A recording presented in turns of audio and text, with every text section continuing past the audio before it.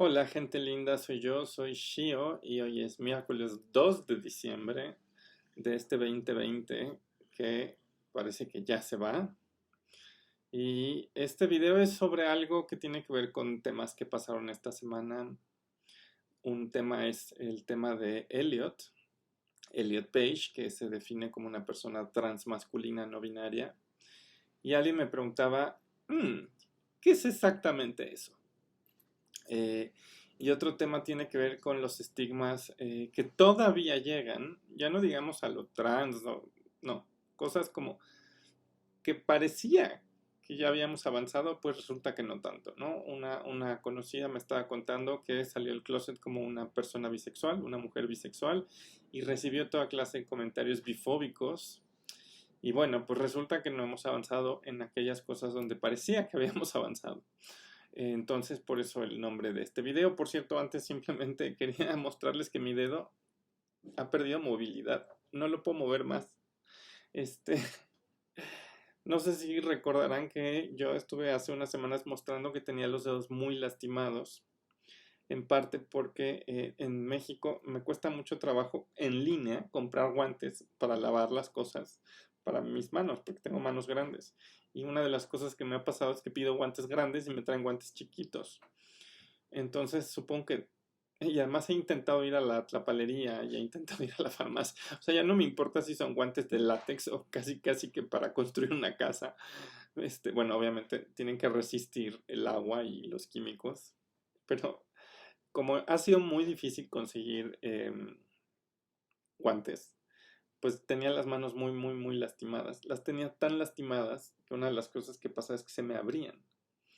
Se me abría la piel y me sangraba horrible. Y pues este dedo no lo moví durante 3 meses y ahora no lo puedo cerrar bien. Pero bueno, supongo que en algún momento de la vida recuperaré movilidad en mi dedo. Ah, pero bueno, otra herencia más de este 2020. Que por cierto, ayer fue Día Internacional de la Lucha contra el SIDA. No está de más decirlo. Estamos lejos, lejos de haber terminado. Estamos lejos, lejos de haber empezado el fin eh, de los estragos que ha hecho la pandemia, ¿no? Digo, sin dar detalles, apenas ayer en el Día Internacional de la Lucha contra el SIDA, pues conocí el caso de una chica trans eh, a la que se la llevó, ¿no? Entonces, es una cosa que desafortunadamente no hemos terminado, no hemos ni siquiera empezado realmente a controlar y encauzarnos hacia la erradicación del VIH, ¿no? Pero bueno, entro al tema de este video. Empiezo por el segundo tema. Me decía una conocida que salió del closet y dijo, soy una mujer bisexual, y fue objeto de un tremendo estigma, porque le decían la bisexualidad no existe, te tienes que decidir. ¿Qué es esto? Eh, y yo creo que esto revela una serie de sesgos. De entrada, por supuesto, revela un sesgo binarista, donde suponemos, y digo suponemos porque como sociedad seguimos suponiendo que de alguna manera la orientación sexual es un binario entre o los hombres o las mujeres. Como si fuera un deseo que tiene que operar de maneras mutuamente exclusivas.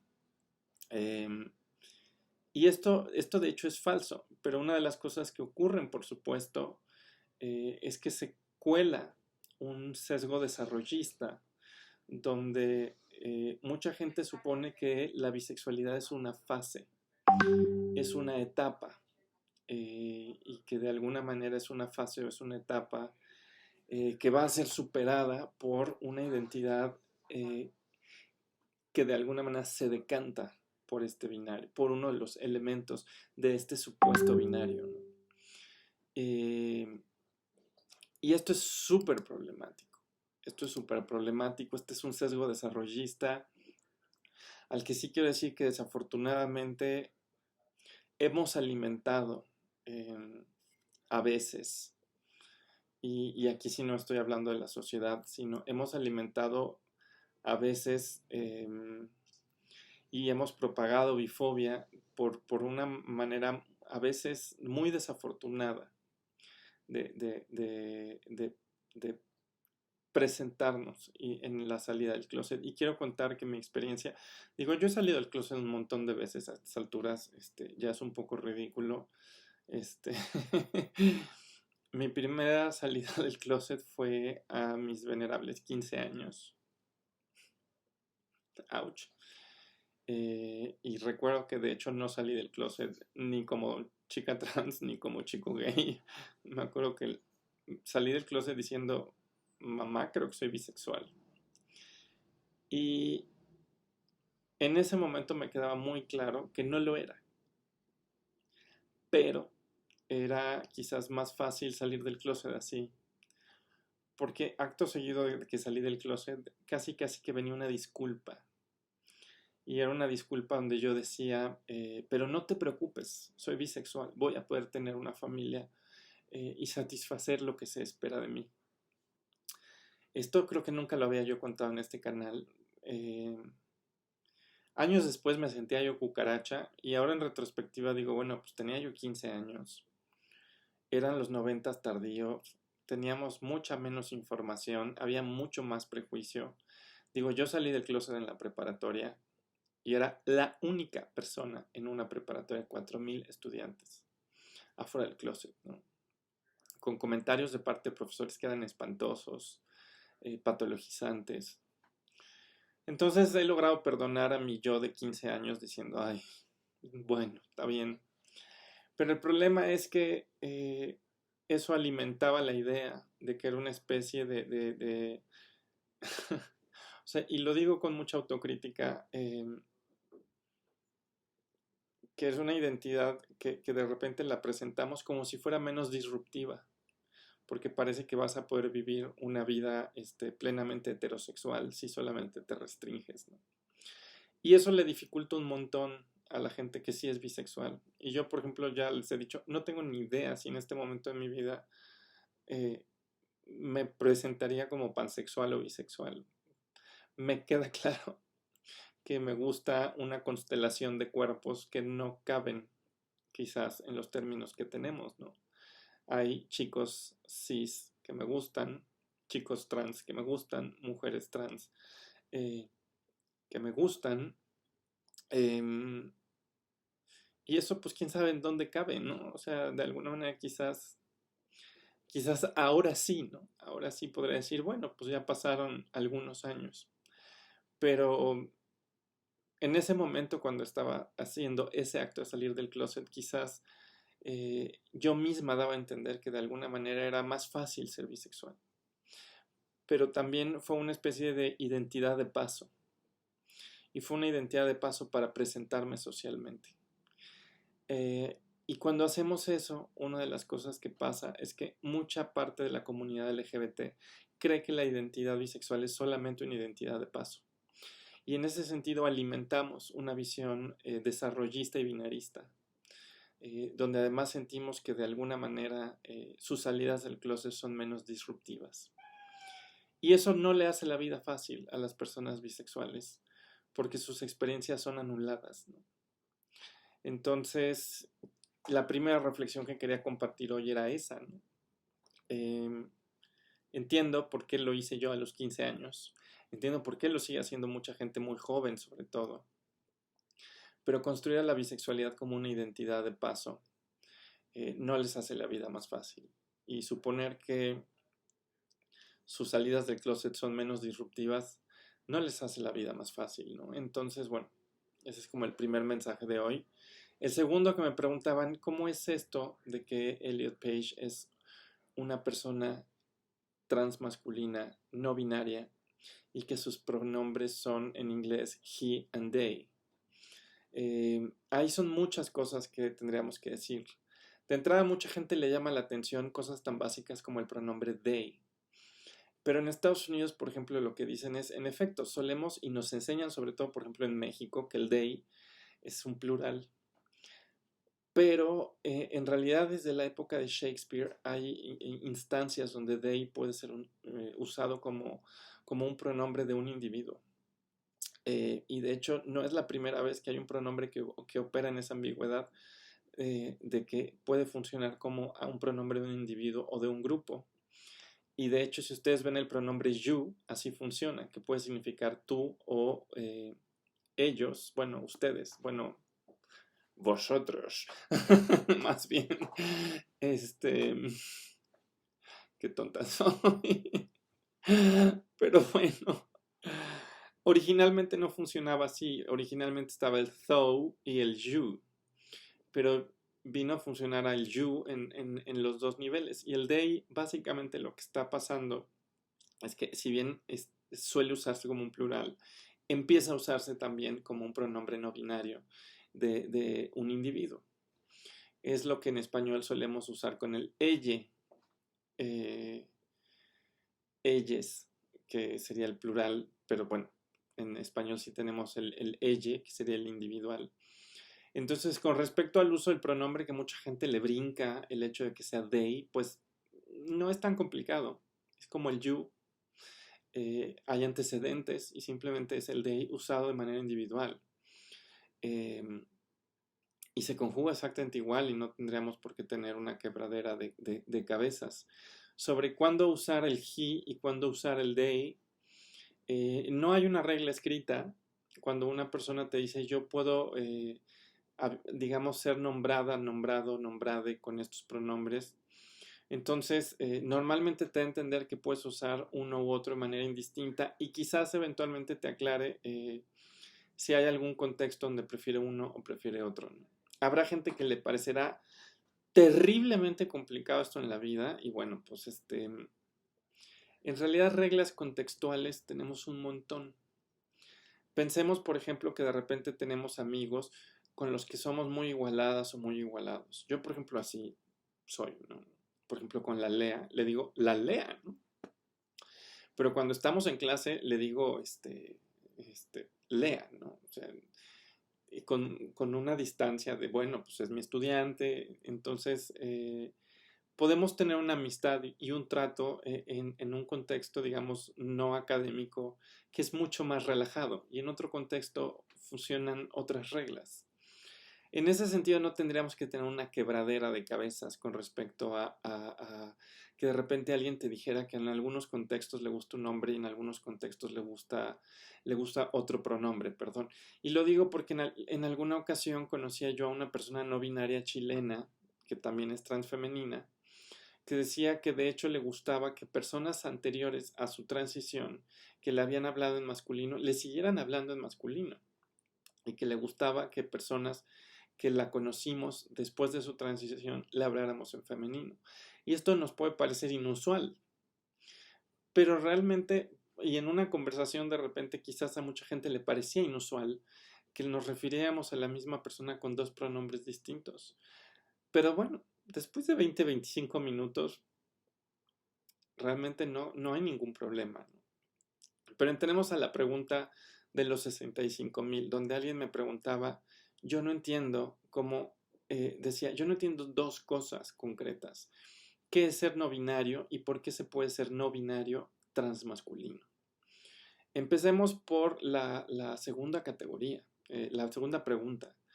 En esta lógica binarista solemos pensar que tenemos categorías que son mutuamente excluyentes y conjuntamente exhaustivas. Y normalmente así hemos pensado la relación hombre-mujer, que son mutuamente excluyentes y conjuntamente exhaustivas. Es decir, hay dos y no hay una tercera, no puede haber una tercera, agotan todo el espacio de lo posible y si estás en una, no estás en otra. Pero preguntémonos por qué tendría que ser así a nivel simbólico. Y acuérdense que aquí estamos hablando de estructuras simbólicas.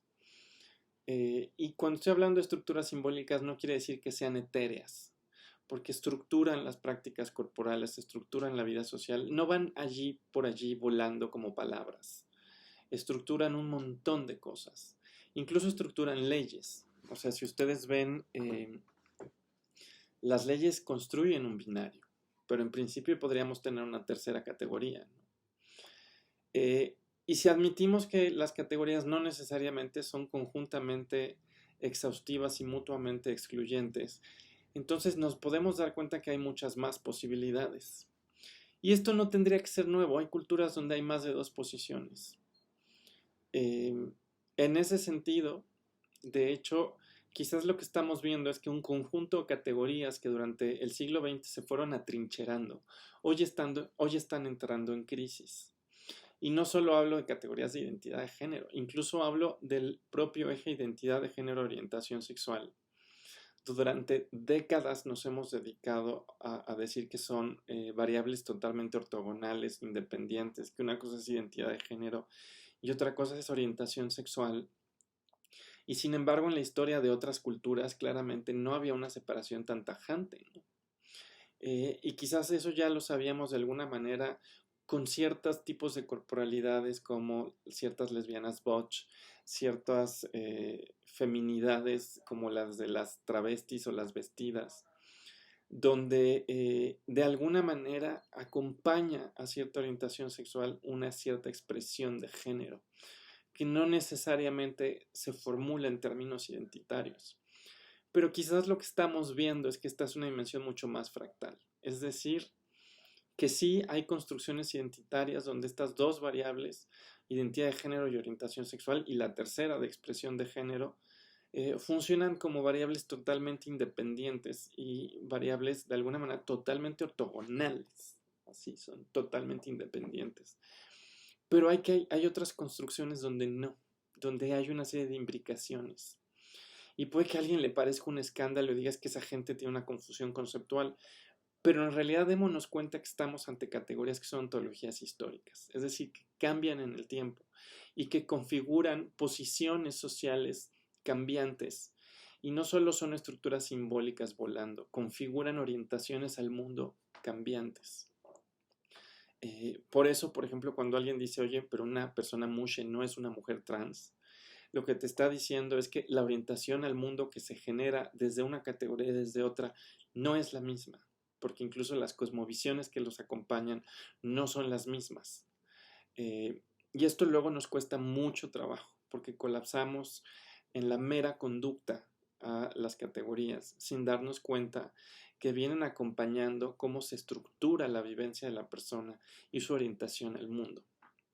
Entonces, todo esto que puede sonar muy complicado y muy rebuscado simplemente es para decir que por eso, ya lo he dicho aquí, tenía yo un video anterior donde hablaba de que el deseo finalmente no opera de maneras gobernadas por el principio del tercio excluso y el principio de no contradicción. Les decía, pues no, el deseo opera de una manera muy, muy distinta.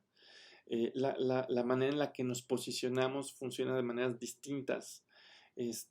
No son cuadritos donde te pones y te sales y ya, ¿no?